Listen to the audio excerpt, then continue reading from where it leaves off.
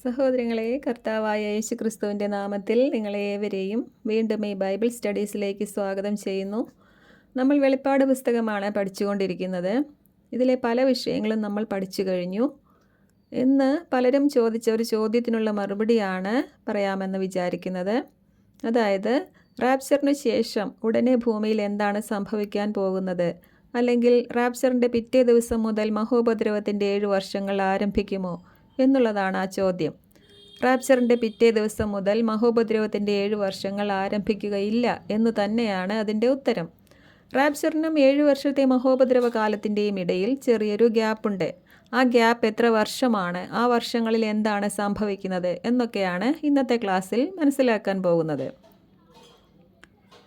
വെളിപ്പാട് പുസ്തക പഠനത്തിൻ്റെ 21ാമത്തെ ക്ലാസ്സാണിത്. ഇതിനു മുൻപുള്ള 20 ക്ലാസ്സുകളും പല പ്രാവശ്യം കേട്ട് വെളിപ്പാട് പുസ്തകവും ഒപ്പം വായിച്ച് പഠിച്ചവർക്ക് മാത്രമേ ഇപ്പോൾ ചെയ്യുന്ന ഈ ക്ലാസ്സുകളെല്ലാം മനസ്സിലാവുകയുള്ളൂ. അതുകൊണ്ട് ആദ്യമായി ഈ ക്ലാസ് കാണുന്നവരുണ്ടെങ്കിൽ ആദ്യം മുതലുള്ള ക്ലാസ്സുകൾ, അതായത് 124 മുതലുള്ള ക്ലാസ്സുകൾ ഓർഡറിൽ കാണുകയാണെങ്കിൽ വെളിപ്പാട് പുസ്തകത്തിൽ എന്തൊക്കെയാണ് സംഭവിക്കുന്നത് എന്ന് നിങ്ങൾക്ക് വ്യക്തമായി മനസ്സിലാക്കാൻ സാധിക്കും. എന്നിട്ടും നിങ്ങൾക്ക് സംശയങ്ങൾ ഉണ്ടെങ്കിൽ നിങ്ങൾക്ക് സംശയങ്ങൾ കമൻസായി ചോദിക്കാവുന്നതാണ്, അല്ലെങ്കിൽ ഫോണിൽ വിളിച്ചും ചോദിക്കാവുന്നതാണ്. ഇന്നത്തെ നമ്മുടെ വിഷയം റാപ്ചറിനു ശേഷം ഉടനെ എന്താണ് സംഭവിക്കാൻ പോകുന്നത്, റാപ്ചറിന് ശേഷം എത്ര വർഷങ്ങൾക്ക് ശേഷമാണ് 7 വർഷത്തെ ട്രിബുലേഷൻ ആരംഭിക്കുക എന്നാണ്. ഇങ്ങനെ പറയുമ്പോൾ റാപ്ചറിന് ശേഷം എന്ത് സംഭവിച്ചാലും നമ്മൾക്ക് കുഴപ്പമില്ലല്ലോ, ഇതൊക്കെ അറിഞ്ഞിട്ട് നമുക്ക് എന്താണ് കാര്യം എന്നൊക്കെ ചിന്തിക്കുന്നവരും ഉണ്ടാകാം. എന്നാൽ അങ്ങനെ ചിന്തിക്കരുത്. ഇത് ദൈവത്തിൻ്റെ പുസ്തകമാണ്. ഇതിൽ എഴുതി തന്നിരിക്കുന്നതെല്ലാം നമ്മൾ മനസ്സിലാക്കാൻ വേണ്ടിയും അത് മറ്റുള്ളവർക്ക് പറഞ്ഞു കൊടുക്കാനും വേണ്ടിയുമുള്ളതാണ്. പണ്ട് ക്രിസ്തു എവിടെ ജനിക്കും, ആരിൽ നിന്ന് ജനിക്കും എന്നെല്ലാം എഴുതി കൊടുത്തിട്ടും ക്രിസ്തു മുന്നിൽ വന്ന് നിന്നപ്പോൾ തിരിച്ചറിയാതെ പോയ യഹൂദരെ പോലെ ആയി പോകരുത് നമ്മൾ. നമുക്കൊരു ദൃഷ്ടാന്തത്തിനായി അതും എല്ലാം എഴുതി തന്നിരിക്കുകയാണ്. അതുകൊണ്ട് വളരെ ജാഗ്രതയോടെയും സൂക്ഷ്മതയോടെയും ദൈവത്തിൻ്റെ ഈ പുസ്തകത്തെ നമ്മൾ പഠിക്കണം. ഈ പുസ്തകത്തെ നിസ്സാരമായി കരുതുന്നവരെല്ലാം പിന്നീട് വളരെ ഖേദിക്കേണ്ടി വരും. യഹൂദരെന്നോ വിജാതീയരെന്നോ വ്യത്യാസമില്ലാതെ ക്രിസ്തുവിൻ്റെ ശരീരം എന്ന സഭ യേശു കർത്താവ് പൗലോസ് അപ്പസ്തോലന് വെളിപ്പെടുത്തി കൊടുത്ത ആ ദിവസം മുതൽ ഈ സഭയുടെ റാപ്ചർ വരെയുള്ള കാര്യങ്ങൾ ദൈവത്തിൻ്റെ ഹൃദയത്തിൽ യുഗങ്ങളോളം നിഗൂഢമായി ഇരുന്നതും പൗലോസിന് മുൻപായി മറ്റാർക്കും വെളിപ്പെടുത്തി കൊടുക്കാതിരുന്നതുമായ ഒരു മിസ്റ്ററിയാണ്. ഇതാണ് ബൈബിളിലെ ദ മോസ്റ്റ് ത്രില്ലിംഗ് സസ്പെൻസ്. എന്നാൽ ഈ പുസ്തകത്തിന് ഒരു ക്ലൈമാക്സ് കൂടെയുണ്ട്. അത് വിശദീകരിച്ചിരിക്കുന്നത് വെളിപ്പാട് പുസ്തകത്തിലാണ്. ഈ വിഷയം നമ്മൾ 133ാമത്തെ ക്ലാസ്സിൽ പഠിച്ചതാണ്. 2000 വർഷമായി എന്താണ് സംഭവിച്ചുകൊണ്ടിരിക്കുന്നത് എന്നും ഇപ്പോൾ എന്താണ് സംഭവിക്കുന്നത് എന്നും റാപ്ചർ എപ്പോൾ നടക്കുമെന്നും നമ്മളെ ദൈവം എവിടേക്കാണ് കൊണ്ടുപോകുന്നത് എന്നും നമ്മളെ കൊണ്ടുപോകുന്നതിൻ്റെ ഉദ്ദേശ്യം എന്താണെന്നും കാലസമ്പൂർണതയിൽ ദൈവം എന്താണ് പ്ലാൻ ചെയ്തിരിക്കുന്നത് എന്നും സ്വർഗീയ ജെറുസലേം സിറ്റി പുതിയ ഭൂമിയിലേക്ക് ഇറങ്ങി വരുമ്പോൾ അതിൽ ആരൊക്കെ ഉണ്ടാവുമെന്നും അതിനുശേഷം എന്താണ് നടക്കാൻ പോകുന്നതെന്നും എല്ലാം നമ്മൾ അറിഞ്ഞിരിക്കാൻ വേണ്ടിയാണ് ഇതെല്ലാം എഴുതി തന്നിരിക്കുന്നത്. ഉൽപ്പത്തി പുസ്തകത്തിൻ്റെ ആദ്യ പേജിൽ ആദിയിൽ ദൈവം ആകാശവും ഭൂമിയും സൃഷ്ടിച്ചു എന്ന വാക്യം മുതൽ അവസാന പേജിൽ പുതിയ ആകാശവും പുതിയ ഭൂമിയും വന്ന് അതിലേക്ക് സ്വർഗീയ ജെറുസലേം സിറ്റി ഇറങ്ങി വരുന്നത് വരെയുള്ള എല്ലാ കാര്യങ്ങളും അതിനുശേഷമുള്ള കാര്യങ്ങളും എല്ലാം നമുക്ക് മനസ്സിലാക്കാൻ വേണ്ടിയാണ് ഇതിൽ എഴുതി തന്നിരിക്കുന്നത്. ഇത് മുഴുവനും, ഈ പുസ്തകം മുഴുവനും മനസ്സിലാക്കിയാൽ മാത്രമേ ദൈവം അറിയിച്ചു തന്നിരിക്കുന്ന എല്ലാ രഹസ്യങ്ങളും, അതിൻ്റെ ഒരു ഹോൾ പിക്ചർ നമുക്ക് മനസ്സിലാവുകയുള്ളൂ. അതുമാത്രവുമല്ല, നമ്മൾ റാപ്ചറിൽ എടുക്കപ്പെടുമെങ്കിലും നമ്മുടെ അനേകം സഹോദരങ്ങൾ ഇവിടെ ശേഷിക്കും. റാപ്ചറോടുകൂടി ദൈവത്തിൻ്റെ രക്ഷാകര പദ്ധതി അവസാനിക്കുന്നില്ല. ശേഷിക്കുന്നവർ മഹോപദ്രവത്തിലൂടെ കടന്നു പോകുമെങ്കിലും വീണ്ടും അവരിൽ കുറേ പേർക്ക് ദൈവരാജ്യത്തിലേക്ക് പ്രവേശിക്കാൻ ഭാഗ്യം ലഭിക്കുന്നുണ്ട്. അന്ന് രക്ഷിക്കപ്പെടുന്ന യഹൂദർ രാജകീയ പുരോഹിത ഗണത്തിൻ്റെ ഭാഗമായി ഭൂമിമേൽ വാഴുമെങ്കിൽ വിജാതീയരിൽ പലർക്കും അന്ന് 1000 ആണ്ടിലേക്ക് പ്രവേശിക്കാൻ ഭാഗ്യം ലഭിക്കും. അന്ന് ഇന്നത്തെ കൃപയുടെ സുവിശേഷത്തിൽ വിശ്വസിച്ചാൽ ലഭിക്കുന്ന ക്രിസ്തുവിൻ്റെ ശരീരം എന്ന മഹത്തായ പദവിയോ രക്ഷയോ അന്ന് ലഭിക്കുകയില്ലെങ്കിലും യഹൂദരെ സപ്പോർട്ട് ചെയ്യുകയും 144,000 പേർ പ്രസംഗിക്കുന്ന രക്ഷയുടെ സുവിശേഷം വിശ്വസിക്കുകയും ചെയ്താൽ, അവരെ സഹായിക്കുകയും ചെയ്താൽ വിജാതീയരിൽ കുറേ പേർക്ക് 1000 ആണ്ടിലേക്കും തുടർന്ന് നിത്യരാജ്യത്തിലേക്കും പ്രവേശിക്കാൻ അവസരമുണ്ട്. അനീതിയും പാപവും നിറഞ്ഞ ഇന്നത്തെ ഈ ഭൂമിയിൽ അല്പകാലം ജീവിക്കുന്നതിനേക്കാൾ എത്രയോ ശ്രേഷ്ഠമാണ് ക്രിസ്തു രാജാവായി വാഴാൻ പോകുന്ന, എന്നേക്കും ജീവിക്കാൻ കഴിയുന്ന ആ ദൈവരാജ്യത്തിലേക്ക് പ്രവേശിക്കുക എന്നത്. അതുകൊണ്ട് ഇന്ന് രക്ഷപ്പെടാനുള്ള സുവിശേഷം മാത്രമല്ല, റാപ്ചറിനു ശേഷം രക്ഷ പ്രാപിക്കാൻ എന്ത് ചെയ്യണം എന്നുകൂടി വെളിപ്പാട് പുസ്തകത്തിൽ പറഞ്ഞു തരുന്നുണ്ട്. എന്നാൽ പിന്നെ ഇന്ന് രക്ഷിക്കപ്പെട്ടില്ലെങ്കിലും അന്ന് അവസാന ചാൻസിൽ ഓടിക്കേറാം എന്ന് വിചാരിച്ച് ആരും ഇരിക്കരുത്. മഹത്തായ രക്ഷയുടെ ഈ രക്ഷാകാലം ഇന്നാണ്. ഈ കാലം റാപ്ചറോടുകൂടി നടന്നു കഴിഞ്ഞാൽ വരാൻ പോകുന്ന അനേകം പ്രകൃതി ദുരന്തങ്ങളെയും ദൈവക്രോധത്തെയും അതിജീവിച്ചാൽ മാത്രമേ അന്ന് രക്ഷയ്ക്ക് വകുപ്പുള്ളൂ. എങ്കിലും അന്നും ദൈവത്താൽ അനുഗ്രഹിക്കപ്പെടാനുള്ള വഴികൾ ഈ പുസ്തകത്തിൽ പറഞ്ഞു തന്നിട്ടുണ്ട്. അത് നമ്മൾ ഇന്നേ പറഞ്ഞു വെച്ചു പോയാൽ കുറേ പേർക്കെങ്കിലും ഈ ക്ലാസ്സുകൾ അന്നും ഉപകാരപ്പെടും. റാപ്ചറിന് ശേഷം രക്ഷ പ്രാപിക്കുന്ന ജാതികളാണ് രാജാവിൻ്റെ വലതുഭാഗത്ത് നിൽക്കുന്നവരും എൻ്റെ പിതാവിനാൽ അനുഗ്രഹിക്കപ്പെട്ടവരെ വരുവിൻ, ലോകസ്ഥാപനം മുതൽ നിങ്ങൾക്കായി ഒരുക്കിയിരിക്കുന്ന രാജ്യത്തിലേക്ക് പ്രവേശിക്കുവിൻ എന്നുമുള്ള ആ വിളിയിലേക്ക് പ്രവേശിക്കുന്നത്. വെളിപ്പാട് പുസ്തകത്തിൻ്റെ 7-ാം അധ്യായം മുതൽ റാപ്ചറിന് ശേഷം നടക്കുന്ന കാര്യങ്ങളാണ് വിവരിച്ചിരിക്കുന്നത്. ബൈബിൾ എന്ന ദൈവത്തിൻ്റെ പുസ്തകം റാപ്ചറോട് കൂടി അവസാനിക്കുന്നതല്ല. ബൈബിളും അതിലെ വചനങ്ങളും മഹോപദ്രവ കാലത്തും 1000 ആണ്ടിലും അതിനുശേഷവും എന്നേക്കും സ്ഥിരമായി ഇരിക്കുന്നതാണ്. റാപ്ചറിനു ശേഷവും 1000 ആണ്ടിലും ഇതെല്ലാം പഠിപ്പിക്കപ്പെടും. 1000 ആണ്ടിൽ ഭൂമി കർത്താവിനെക്കുറിച്ചുള്ള ജ്ഞാനത്താൽ നിറയുകയും ചെയ്യും. നമ്മളൊരു മഹാപുരുഷാരം ഇവിടെ നിന്നും സ്വർഗത്തിലേക്ക് ദൈവസന്നിധിയിലേക്ക് പോയിട്ടുണ്ടെന്നും അന്ന് ഭൂമിയിലുള്ളവർ വ്യക്തമായി മനസ്സിലാക്കും. 1000 ആണ്ടിന് ശേഷം നമ്മൾ നമ്മുടെ ശിരസും ജീവനുമായ ക്രിസ്തുവിനോടൊപ്പം മഹത്വത്തിൽ പ്രത്യക്ഷപ്പെട്ടു വരുന്ന ആ ദിവസത്തിനായി അവരെല്ലാം ആകാംക്ഷയോടെ കാത്തിരിക്കുകയും ചെയ്യും. അതേപ്പറ്റി മറ്റൊരു ക്ലാസ്സിൽ നമുക്ക് പഠിക്കാം. ഇന്നത്തെ വിഷയം റാപ്ചറിനും 7 വർഷത്തെ മഹോപദ്രവ കാലം ആരംഭിക്കുന്നതിനും ഇടയിൽ എത്ര വർഷത്തെ ഗ്യാപ്പ് ഉണ്ടായിരിക്കും എന്നതാണ്. അതിലേക്ക് പ്രവേശിക്കാം. കഴിഞ്ഞ ക്ലാസ്സുകളിലെല്ലാം ഞാൻ ആവർത്തിച്ച് പറയുന്ന ഒരു കാര്യമാണ്, 6-ാം കാഹളത്തിലെ 2 സാക്ഷികൾ വരികയുള്ളൂ എന്നും 2 സാക്ഷികൾ അവരുടെ പ്രസംഗം ജെറുസലേമിൽ ആരംഭിക്കുമ്പോൾ മുതലേ 7 വർഷം ആരംഭിക്കുകയുള്ളൂ എന്നും. അതായത് 2 സാക്ഷികൾ ആദ്യത്തെ 3.5 വർഷം പ്രസംഗിക്കും. അതിനുശേഷമുള്ള 3.5 വർഷം ആൻറ്റി ക്രൈസ്റ്റിന് അനുവദിക്കപ്പെട്ട സമയമാണ്. ആ 3.5 വർഷം അവൻ്റെ പ്രവർത്തനങ്ങൾ നടത്തും. അങ്ങനെ 2 സാക്ഷികൾക്ക് അനുവദിക്കപ്പെട്ട 3.5 വർഷവും ആൻറ്റി ക്രൈസ്റ്റിന് അനുവദിക്കപ്പെട്ട 3.5 വർഷവും ചേർത്താണ് ടോട്ടൽ 7 വർഷത്തെ മഹോപദ്രവകാലം. 2 സാക്ഷികൾ വരുന്നത് 6-ാം കാഹളത്തിലാണ്. ഇതെല്ലാം ഇങ്ങനെ നമ്പർ ഇട്ട് 7 മുദ്രകൾ, 7 കാഹളങ്ങൾ, 7 കലശങ്ങൾ എന്ന് പറഞ്ഞു തന്നിരിക്കുന്നത് ഓരോ മുദ്രകൾ പൊട്ടിക്കുമ്പോഴും ഓരോ കാഹളങ്ങളും മുഴക്കുമ്പോഴും ഓരോ കലശം ഒഴിക്കുമ്പോഴും എന്തൊക്കെയാണ് സംഭവിക്കുന്നത് എന്ന് വേർതിരിച്ച് അറിയാൻ വേണ്ടിയാണ്. അപ്പോൾ മനസ്സിലാക്കുക, 6-ാം കാഹളം മുഴക്കുമ്പോഴാണ് 2 സാക്ഷികൾ വന്ന് 7 വർഷം ആരംഭിക്കുന്നത് എങ്കിൽ അതിനു മുൻപുള്ള 7 മുദ്രകളിലും 5 കാഹളങ്ങൾ വരെയും 7 വർഷം തുടങ്ങിയിട്ടേയില്ല. ഇതിനു മുൻപുള്ള ക്ലാസ്സുകളിലെല്ലാം ഇക്കാര്യങ്ങൾ ഞാൻ ആവർത്തിച്ച് പറയുന്നുണ്ടെങ്കിലും ഇനിയും ഇത് മനസ്സിലാകാത്തവർക്ക് വേണ്ടിയാണ് ഇപ്പോൾ ഇത് വീണ്ടും റിപ്പീറ്റ് ചെയ്യുന്നത്. അതുകൊണ്ട് മനസ്സിലാക്കുക, വെളിപ്പാട് പുസ്തകത്തിൽ 5-ാം മുദ്ര മുതൽ നടക്കുന്ന ഓരോ കാര്യങ്ങളും എത്ര മാസത്തേക്കാണെന്നും എത്ര ദിവസത്തേക്കാണെന്നും വ്യക്തമായി എഴുതി വച്ചിട്ടുണ്ട്. ഇതിൽ 5-ാം മുദ്രയിലെ വെട്ടുകിളികളെ കൊണ്ടുള്ള പീഡനം 5 മാസത്തേക്കാണ്. അതിനുശേഷം 6-ാം കാഹളത്തിൽ 3 കാര്യങ്ങളാണ് നടക്കുന്നത്. അതിലൊന്നാമതായി മനുഷ്യരിൽ 1/3 മനുഷ്യർ മരിച്ചു പോകുന്ന 3-ാം ലോകമഹായുദ്ധം നടക്കും. അത് 1 വർഷവും 1 മാസവും 1 ദിവസവും നീണ്ടു നിൽക്കുന്ന യുദ്ധമായിരിക്കും.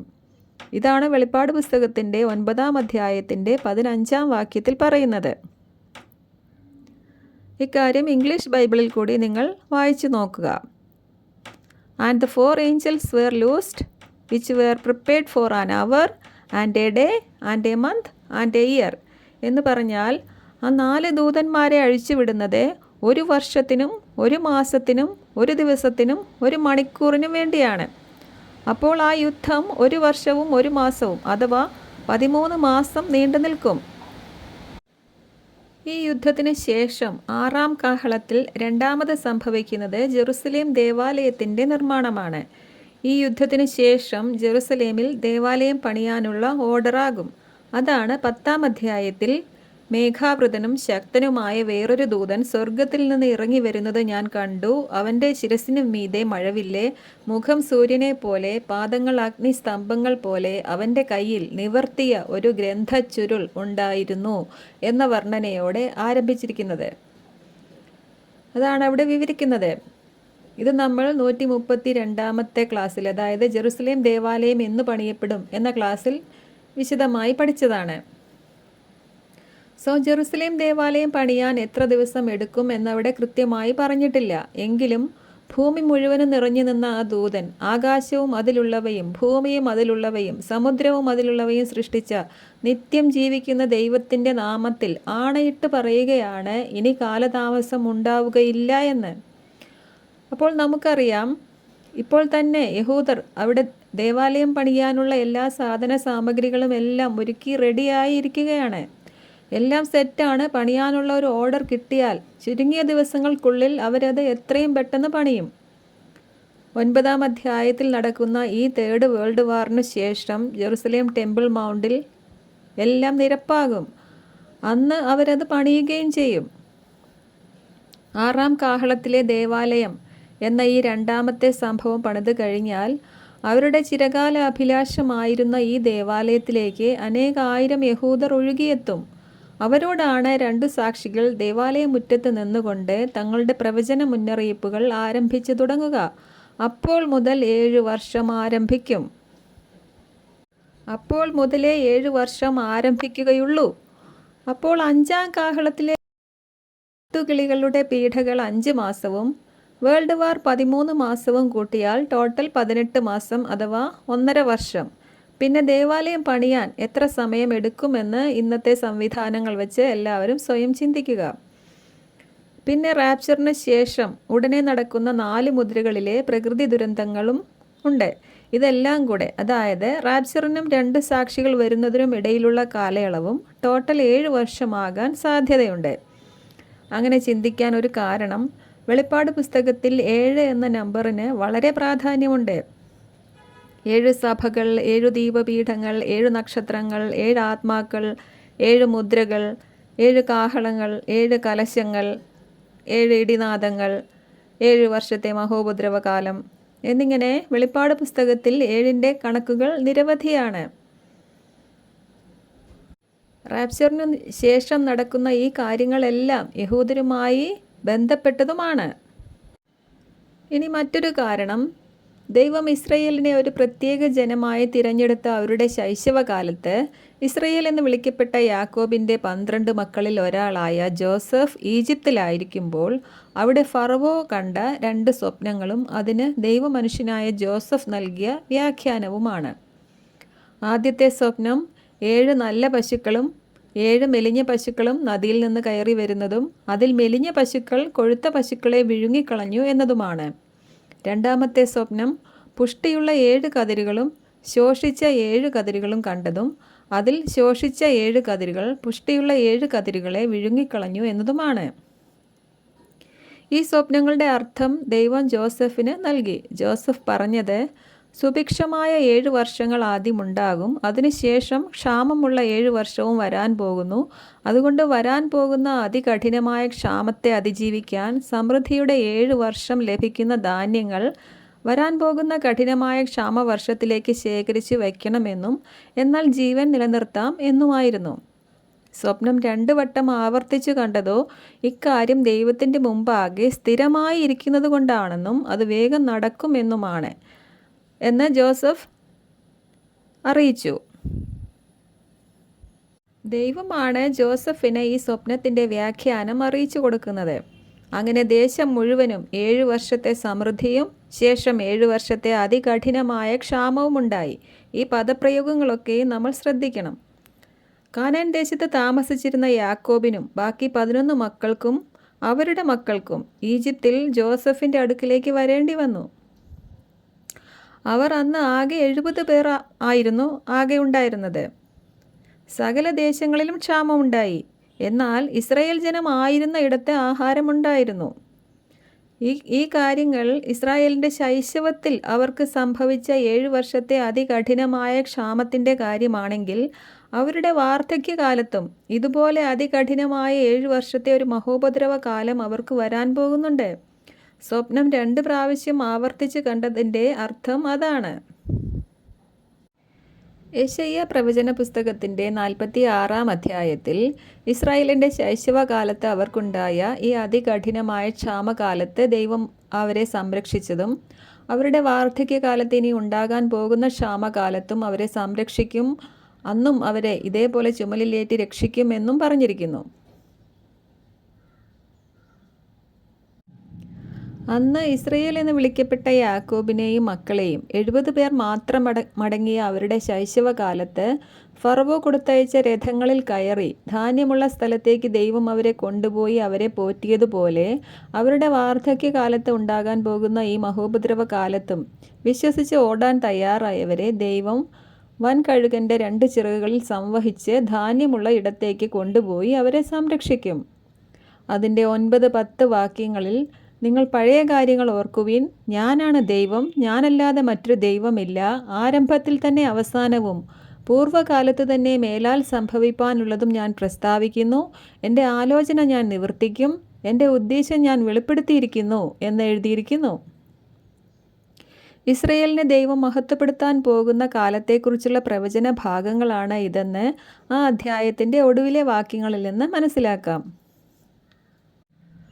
അപ്പോൾ അവർക്ക് 7 വർഷത്തെ അതികഠിനമായ ഒരു മഹോപദ്രവകാലം വരും മുൻപായി 7 വർഷം 144,000 പേർ അവർക്ക് സമൃദ്ധമായി വചനം നൽകുന്ന ഒരു സമൃദ്ധിയുടെ 7 വർഷമുണ്ടെന്ന് മനസ്സിലാക്കാവുന്നതാണ്. അന്ന് അവർ പ്രഘോഷിക്കുന്ന ദൈവവചനത്തെ കേട്ടനുസരിക്കുന്നവർക്ക് വരാൻ പോകുന്ന 7 വർഷത്തെ മഹാപീഡനകാലത്ത് ദൈവം വീണ്ടും സംരക്ഷണം നൽകും. ഇവിടെ ഫറവോയ്ക്ക് 2 പ്രാവശ്യം ഈ സ്വപ്നം നൽകിയതും അതിൻ്റെ വ്യാഖ്യാനം ജോസഫിന് നൽകിയതും ദൈവമാണ്. വരാൻ പോകുന്ന കാര്യങ്ങൾ നേരത്തെ തന്നെ, അതായത് അവരുടെ വാർദ്ധക്യത്തിൽ നടക്കാനിരിക്കുന്നത് ശൈശവത്തിൽ തന്നെ ദൈവം അറിയിച്ചതാണ്. ഇതുപോലെ തന്നെയാണ് വരാനിരിക്കുന്ന ദൈവരാജ്യത്തിൻ്റെ മർമ്മങ്ങൾ ഒരു സ്വപ്നത്തിലൂടെ നെബൂഖദ്നേസർ രാജാവിനെ ദൈവം അറിയിച്ചത്. അതിൻ്റെ വ്യാഖ്യാനം ദൈവം നൽകിയത് ദാനിയേലിനാണ്. അവിടെയും ദാനിയേൽ പറയുന്നു, അവസാന നാളുകളിൽ എന്ത് സംഭവിക്കുമെന്ന് ദൈവം നെബൂഖദ്നേസർ രാജാവിനെ അറിയിച്ചിരിക്കുന്നു എന്ന്. സ്വപ്നത്തിൻ്റെ വ്യാഖ്യാനം നൽകിയത് ദാനിയേലിനുമാണ്. അപ്പോൾ വരാനിരിക്കുന്ന കാര്യങ്ങളെല്ലാം ദൈവം നേരത്തെ തന്നെ തൻ്റെ ജനത്തെ അറിയിക്കുന്നുണ്ട്. ദൈവം തൻ്റെ ദാസന്മാരെ തൻ്റെ രഹസ്യങ്ങൾ മുൻകൂട്ടി അറിയിക്കാതെ ഒന്നും ചെയ്യുന്നില്ല എന്നും പറഞ്ഞിരിക്കുന്നു. ഇസ്രായേലുമായി ബന്ധപ്പെട്ട കാര്യങ്ങളിലെല്ലാം 7ൻ്റെ കണക്കുകൾ ആവർത്തിച്ചു വരുന്നതും ഓർക്കുക. അപ്പോൾ ഇന്നത്തെ നമ്മുടെ വിഷയം റാപ്ചറിനു ശേഷം എത്ര വർഷങ്ങൾക്ക് ശേഷമാണ് മഹോപദ്രവത്തിൻ്റെ 7 വർഷങ്ങൾ ആരംഭിക്കുക എന്നാണ്. വെളിപ്പാട് പുസ്തകത്തിൽ 6-ാം മുദ്രയിൽ റാപ്ചർ നടന്നു കഴിഞ്ഞാൽ ഉടനെ കാണുന്നത് ഇസ്രായേൽ മക്കളുടെ ഓരോ ഗോത്രത്തിൽ നിന്നും 12,000 പേരെ വെച്ച് ആകെ 144,000 പേരെ ദൈവം മുദ്രയിടുന്ന കാഴ്ചയാണ്. അവർ ഏതെല്ലാം രാജ്യങ്ങളിലേക്ക് ചിതറിപ്പോയാലും ദൈവത്തിന് അവർ ഏത് ഗോത്രത്തിൽപ്പെട്ടവരാണെന്ന് അറിയാം എന്നുകൂടി ഈ വാക്യങ്ങൾ കാണുമ്പോൾ ഓർക്കുക. ഇനി ചിന്തിക്കുക, എന്തിനാണ് അവരെ മുദ്രയിടുന്നത്? അടുത്ത 7-ാം മുദ്ര മുതൽ ഭൂമിയുടെ 1/3, കടലിൻ്റെ 1/3, നീരുറവകളുടെ 1/3, സൂര്യൻ്റെയും ചന്ദ്രൻ്റെയും 1/3 എന്നിങ്ങനെ എല്ലാം കേടുവരാൻ പോവുകയാണ്. അപ്പോൾ അതൊന്നും ഇവർക്കൊരു ദോഷവും ചെയ്യാൻ പാടില്ല. കൂടാതെ എന്തിനാണ് ഈ 144,000 പേരെ ഇങ്ങനെ മുദ്രയിട്ട് സംരക്ഷിക്കുന്നത്? അതിൻ്റെ കാര്യം എന്താണ്? ഇവർക്കൊരു ദൗത്യമുണ്ട്. 2000 വർഷങ്ങൾക്ക് മുൻപ് 12 അപ്പോസ്തലന്മാരെ ഭരമേൽപ്പിച്ച ദൈവരാജ്യം വരാൻ പോകുന്നു, അനുതപിച്ച് യേശുക്രിസ്തുവിൽ വിശ്വസിക്കുന്നവരാകുക എന്ന സുവിശേഷം ഇവർ വീണ്ടും ലോകമെങ്ങും പ്രസംഗിക്കും. അന്ന് 12 പേരിലൂടെ ദൈവരാജ്യം വരാൻ പോകുന്നു എന്ന് പ്രസംഗിച്ചു തുടങ്ങിയെങ്കിലും യഹൂദരുടെ തിരസ്കാരം മൂലം ദൈവം അത് കട്ട് ഓഫ് ചെയ്തിട്ടാണ് പൗലോസിലൂടെ നമുക്കായി ഒരു കൃപായുഗം ആരംഭിച്ചത്. അതുകൊണ്ട് റാപ്ചറിന് ശേഷം വീണ്ടും 12 പേർക്കു പകരം ഓരോ ഗോത്രത്തിൽ നിന്നും 12,000 പേരെ വെച്ച് മുദ്രയിട്ടുകൊണ്ട് ദൈവരാജ്യം വരാൻ പോകുന്നു എന്ന് ജെറുസലേമിൽ വീണ്ടും ആരംഭിച്ച് ലോകത്തിൻ്റെ അതിർത്തികൾ വരെയും ആ സുവിശേഷം പ്രസംഗിക്കപ്പെടും. അതിനുശേഷമേ അന്ത്യമാഗതമാവുകയുള്ളൂ എന്ന് കർത്താവ് പറഞ്ഞത് നിറവേറേണ്ടിയിരിക്കുന്നു. അന്ന് 12 അപ്പോസ്തലന്മാർ ലോകത്തിൻ്റെ അതിർത്തികൾ വരെ പോയില്ല എന്ന് മനസ്സിലാക്കുക.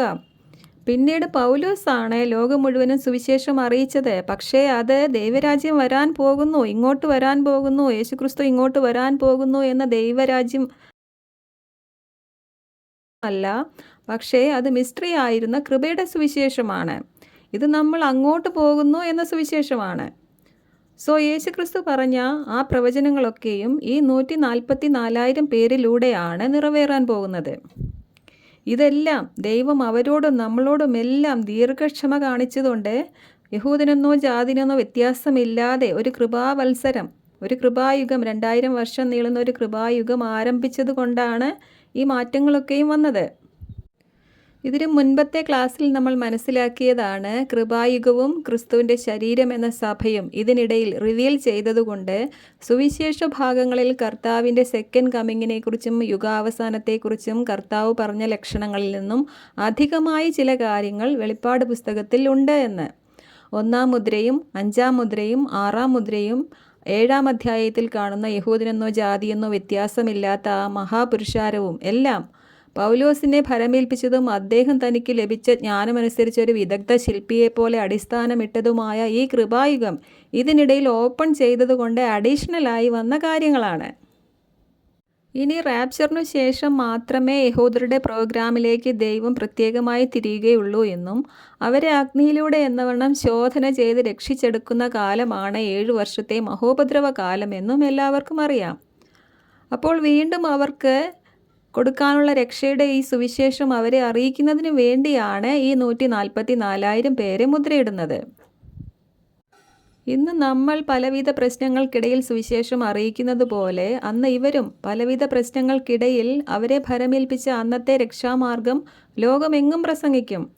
അന്ന് അവർ പ്രസംഗിക്കുന്ന സുവിശേഷം കേട്ട് വിശ്വസിച്ച് അതനുസരിച്ച് സ്വീകരിക്കുന്ന എല്ലാവർക്കും വീണ്ടും രക്ഷയിലേക്ക് പ്രവേശിക്കാം.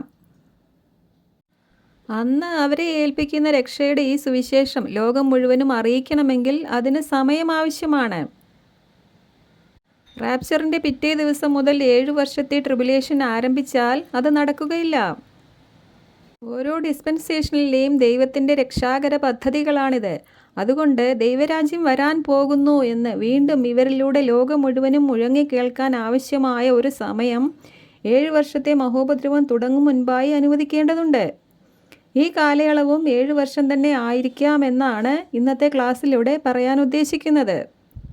ഫറവോയുടെ സ്വപ്നങ്ങൾക്ക് ജോസഫ് നൽകിയ വ്യാഖ്യാനത്തിൽ നിന്നും ഭാവിയിൽ സംഭവിക്കാനിരിക്കുന്നത് പൂർവ്വകാലത്തെ ദൈവം അറിയിച്ചിരിക്കുന്നു എന്നതിൽ നിന്നും പിന്നെ ഇസ്രായേലുമായി ബന്ധപ്പെട്ട കാര്യങ്ങൾക്ക് 7 എന്ന നമ്പർ ആവർത്തിച്ചു വരുന്നതുകൊണ്ടും മഹാപീഡയുടെ 7 വർഷം ആരംഭിക്കും മുൻപായി 7 വർഷത്തെ മുന്നറിയിപ്പിൻ്റെ വർഷങ്ങൾ ഈ 144,000 പേരിലൂടെ ദൈവം അവർക്ക് അനുവദിക്കുമെന്നാണ് മനസ്സിലാക്കാൻ കഴിയുന്നത്. അങ്ങനെ കർത്താവ് പറഞ്ഞിട്ടുള്ള എല്ലാ ജനതകളുടെയും സാക്ഷ്യത്തിനായി രാജ്യത്തിൻ്റെ ഈ സുവിശേഷം ലോകമെങ്ങും പ്രസംഗിക്കപ്പെടും എന്ന പ്രവചനവും നിറവേറും. സോ 6-ാം അധ്യായത്തിൽ 6-ാം മുദ്രയിൽ റാപ്ചർ നടന്നതിന് ശേഷം 7-ാം അധ്യായത്തിൽ ഈ 144,000 പേരെ മുദ്രയിടുന്നത് മുതൽ ചുരുങ്ങിയത് 7 വർഷമെങ്കിലും കഴിഞ്ഞിട്ടേ മഹോപദ്രവ കാലം ആരംഭിക്കുകയുള്ളൂ എന്ന കാര്യത്തിൽ യാതൊരു സംശയവുമില്ല. 7-ാം അധ്യായത്തിൽ മുദ്രയിടപ്പെട്ട ഇവർ 12-ാം അധ്യായത്തിൽ സ്വർഗത്തിലേക്ക് എടുക്കപ്പെടുന്നത് വരെയും അവരുടെ പ്രവർത്തനങ്ങൾ തുടർന്നുകൊണ്ടിരിക്കുകയും ചെയ്യും. 12-ാം അധ്യായത്തിൽ സ്വർഗത്തിലേക്ക് എടുക്കപ്പെടുന്ന ആൺകുട്ടി എന്ന് വിശേഷിപ്പിച്ചിരിക്കുന്നത് ഇവരെയാണ്. മഹാപുരുഷാരമായ നമ്മളെയും one new man, A new creature, body of Christ എന്നിങ്ങനെ വിശേഷിപ്പിച്ചിരിക്കുന്നത് ഓർക്കുക. 11-ാം അധ്യായത്തിൽ ജെറുസലേം ദേവാലയം പണിയുമ്പോഴും ഇവർ ഭൂമിയിലുണ്ടായിരിക്കും. അങ്ങനെ ഇവർക്ക് പ്രത്യേകമായ ദൗത്യങ്ങൾ ഉള്ളതുകൊണ്ടാണ് റാപ്ചർ കഴിഞ്ഞാൽ ഉടൻ തന്നെ ഇവരെ മുദ്രയിടുന്നത്. സോ റാപ്ചറിനും 2 സാക്ഷികൾ വന്ന 7 വർഷത്തെ മഹോപദ്രവകാലം ആരംഭിക്കുന്നതിനും ഇടയിൽ ചുരുങ്ങിയത് 7 വർഷത്തെ ഗ്യാപ്പ് ഉണ്ടെന്ന് നിങ്ങൾക്ക് മനസ്സിലായി കാണുമെന്ന് വിശ്വസിക്കുന്നു. 11-ാം അധ്യായത്തിൽ ജെറുസലേം ടെമ്പിളിൻ്റെ പണി കഴിഞ്ഞതിനും ശേഷം മാത്രമേ 2 സാക്ഷികൾ പ്രവചനം ആരംഭിച്ച് 7 വർഷം ആരംഭിക്കുകയുള്ളൂ. റാപ്ചറിന് ശേഷം 2 സാക്ഷികൾ വരുന്നതിന് മുൻപുള്ള ജെറുസലേം ടെമ്പിളിൻ്റെ പണി വരെയുള്ള സംഭവങ്ങൾ നിറവേറാനുള്ള ഒരു ടൈം ഗ്യാപ്പാണ് ഇത്.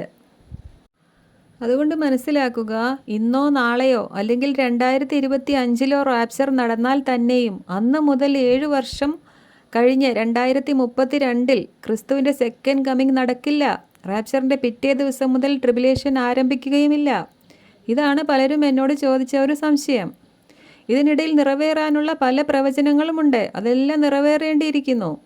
ദൈവം വീണ്ടും തൻ്റെ ദാസന്മാർ വഴി മുന്നറിയിപ്പുകൾ നൽകാതെ ഒന്നും ചെയ്യുകയില്ല. യേശുക്രിസ്തുവിൻ്റെ മരണവും അടക്കവും പുനരുത്ഥാനവും സെക്കൻഡ് കമ്മിങ്ങും എല്ലാം ദൈവം പണ്ടേ തീരുമാനിച്ചിട്ടുള്ള അപ്പോയിൻറ്റഡ് ഡേയ്സിൽ മാത്രമേ നടക്കുകയുള്ളൂ. യഹൂദരോട് ഇന്ന മാസം ഇന്ന ദിവസം ആചരിക്കാൻ പറഞ്ഞിട്ടുള്ള 7 തിരുനാൾ ദിവസങ്ങളുണ്ട്. അവയെല്ലാം ക്രിസ്തുവിൽ പൂർത്തിയാകേണ്ട 7 സുപ്രധാന സംഭവങ്ങളുടെ നിഴലുകളാണ്. 7 വർഷത്തെ ട്രിബുലേഷന് ശേഷം കൃത്യമായി പ്ലേസ് ആകുന്ന ട്രംപറ്റ് തിരുനാളിൽ മാത്രമേ ക്രിസ്തുവിൻ്റെ സെക്കൻഡ് കമ്മിങ് നടക്കുകയുള്ളൂ. അതുകൊണ്ട് മനസ്സിലാക്കുക, ആരെങ്കിലുമൊക്കെ വിളിച്ചു പറയുന്ന ദിവസത്തിലോ വർഷത്തിലോ കർത്താവ് വരികയില്ല. ഇതെല്ലാം ആരംഭത്തിലെ അവസാനവും പറഞ്ഞ ദൈവം തീരുമാനിച്ചുറപ്പിച്ച ദിവസങ്ങളിലേ നടക്കുകയുള്ളൂ. 2 സാക്ഷികൾ ജെറുസലേമിൽ പ്രസംഗിക്കുന്നത് കണ്ടാൽ അന്ന് മുതൽ ദിവസങ്ങൾ എണ്ണി തുടങ്ങാം. അന്ന് മുതൽ 7 വർഷം പൂർത്തിയാകുമ്പോൾ കൃത്യമായി പ്ലേസ് ആകുന്ന കാഹള തിരുനാൾ ദിവസം മാത്രമേ കർത്താവിൻ്റെ സെക്കൻഡ് കമ്മിങ് നടക്കുകയുള്ളൂ. വെളിപ്പാട് പുസ്തകത്തിലെ മർമ്മങ്ങൾ മനസ്സിലാക്കിയാൽ ഇതെല്ലാം നിങ്ങൾക്ക് വ്യക്തമാകും. അതുകൊണ്ട് മനുഷ്യർ പറയുന്ന ദിവസങ്ങളിലല്ല, ദൈവം അപ്പോയിൻ്റ് ചെയ്ത ഒരു ദിവസമുണ്ടെന്നറിയുക. സെക്കൻഡ് കമ്മിങ്ങിൻ്റെ ആ ദിവസം അറിയാൻ 135 ക്ലാസ് കാണുക. റാപ്ചർ എന്നാണ് നടക്കാൻ സാധ്യത എന്നറിയാൻ 125, 126, 134 എന്നീ ക്ലാസ്സുകൾ കാണുക. സംശയങ്ങളുണ്ടെങ്കിൽ നിങ്ങൾക്ക് കമൻസായി ഇടാം. ഫോണിൽ വിളിച്ച് ചോദിക്കുകയും ചെയ്യാം. മറുപടി തരുന്നതാണ്. ഇനി മറ്റൊരു വിഷയവുമായി വീണ്ടും വരാം. ദൈവം ഏവരെയും അനുഗ്രഹിക്കട്ടെ. ആമേൻ.